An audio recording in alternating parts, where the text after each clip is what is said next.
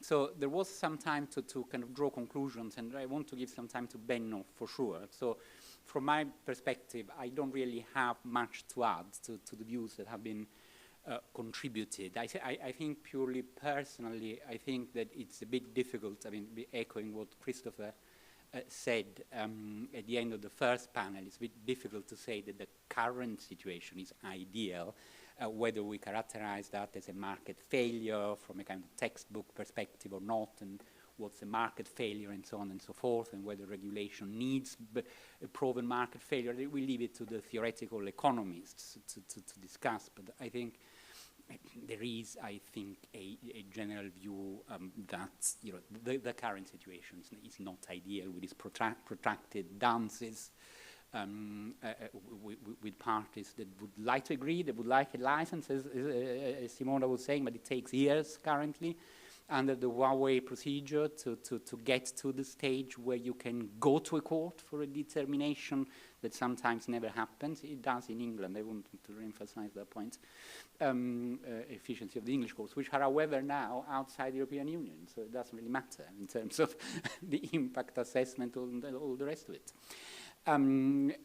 But the thing, I mean, the 9 months, I mean, the cooling off period, etc. If you read the reported cases, whether it's German case and English cases, etc., going through the Huawei dance takes years before you can get to court, let alone 9 months. I do agree that's a fairly proportionate cooling off period. And I do think, actually, that the front commitment does make a difference here. When we talk about the protection of the IP right and fundamental rights and so on and so forth, because, of course, generally, an IP right and a patent gives the right to exclude everybody else, right? I can do, well, with some exceptions anyway, because it's not ideal from a social perspective for people to have perhaps valuable inventions and do nothing with them. But in theory, with exceptions, that's possible. And as a patent holder, I can generally say, I don't want to license it to anybody else. I just exploit it and that's it.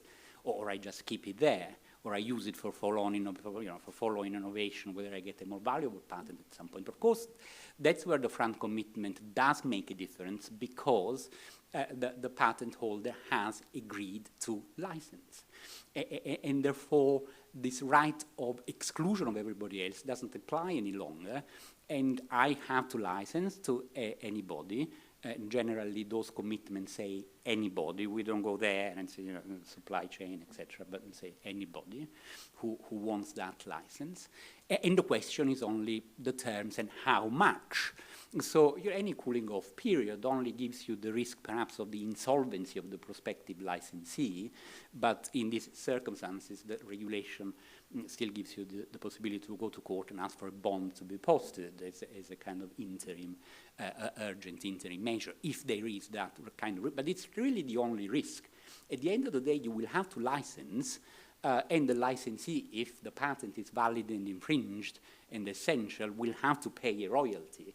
It's only how much. And yes, of course, it would be nice to have a kind of binding resolution in 9 months, etc. But and that's not what the Commission proposes, and I think nobody else is really pushing for it. There is a theoretical argument whether it's possible or not. Of course, in the UK, in the entire construction industry, there is a binding, not final, but binding ADR procedure for resolution of construction disputes. It's not a breach of fundamental rights, it's called adjudication. But the Commission proposes less than that. The draft regulation proposes less than that, much less than that, a non-binding opinion, which, as I said at the beginning, parties are just free to ignore. But parties, of course, if they do want that binding license, can agree to it. If nothing prevents the parties to take the commercial view that that's actually a fair determination, and they just agree to that, and that's the end of the matter. So that's that. But I think it's right not to make that determination binding and leave it to party autonomy to decide whether it's just right and to accept it, or perhaps it's the basis for a negotiation that can be perhaps much shorter. I do think, actually, what will be crucial is really the value and the expertise of those who will do the FRAND determination, because these FRAND determinations, being non-binding opinions, will only be just as good as they are close to a true FRAND that both parties can accept. So I think there is a huge pressure that will be for the success of this instrument if it's approved in the end, to those who will make these determinations. But this, as I said at the beginning, it's all non-binding, and it's all facilitative ADR. And of course, it does impose burdens. Any regulation imposes burdens, and those on whom burdens are imposed cannot possibly like them. But I mean, the question is, given the current situation, the huge value of these disputes and negotiations to the EU economy, are these burdens reasonable and proportionate to registration and a set of non-binding facilitative ADR, or is it something too draconian and too disproportionate? I personally would say it seems fairly reasonable and proportionate to me, given where we are coming from. But of course, Parliament will have further opportunities to debate and decide of that. And of course, the details of the regulation in the legislative procedure can be improved and hammered out, and some of the language tightened up, etc., which in my view would be welcome. But as obviously, I never want to say anything, and then I always ended up talking too much. Benno, I think over to you with, again, many thanks for co-hosting and co-organizing this. So for you, for your concluding remarks. Thank you.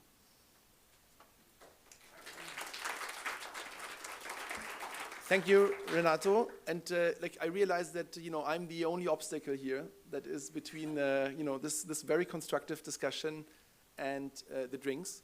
So I will keep it very short. I should say also that there's a certain degree of collusion going on between Renato and myself, because of course Renato is doing the substance here in the conclusion. So I will only wrap up, say that I greatly enjoyed this discussion. I found it was a very constructive one, a very facts-based one, which is exactly what we wanted. We wanted to get all the sides on the table. We wanted to hear all the arguments from both sides to have constructive debate. And I'm glad actually I was at a number of conferences also in the past months that have been quite controversial. So I have to say I want to thank again all the speakers and also the audience for maintaining that constructive debate and for trying the arguments, if you want, that are there, and helping us to understand what the regulation is about and in what sense. And now I'm picking up a word that I pretty much liked, actually, in what sense it fills a gap in what we have right now. I think that I realized that there's of course certain differences in the positions, but in the end, to me, this seemed to be some common position. There's a gap here, and it needs to be filled, and the regulation is an attempt in doing that.